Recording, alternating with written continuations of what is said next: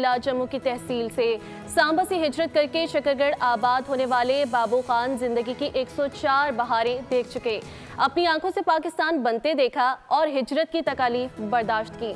उनकी कहानी जानते हैं शहजाद हुसैन जंगजुआ की इस रिपोर्ट में। बाबू खान ने 1947 में तकसीम हिंद के वक्त मकबूजा जम्मू कश्मीर की तहसील सांबा से हिजरत की। बाबू खान बताते हैं कि तकसीम के वक्त कई रोज रोटी का निवाला तक नहीं मिला और फाके काटे।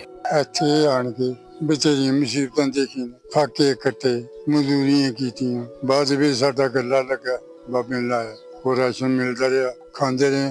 उस तो बाद जमीन अलाटमेंट होने लगा, साढ़े पे जमीन लट पड़ी। कायदे आज़म ने बड़ी कुर्बानियों के बाद ये मुल्क लेकर दिया। बाबू खान ने तकसीम के वक्त बहन के बिछड़ने का गम भी बर्दाश्त किया। बताया कि आपा का आज तक पता नहीं चला।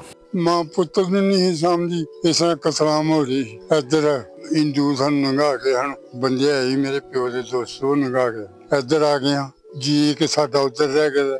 मेरी बड़ी मशीन कोई तक कोई है जमर की कोई सबूत नहीं।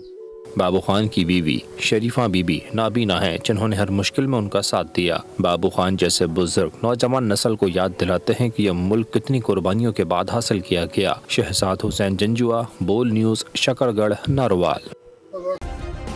सब्सक्राइब करें और बेल दबाएं ताकि कोई खबर रह न जाए।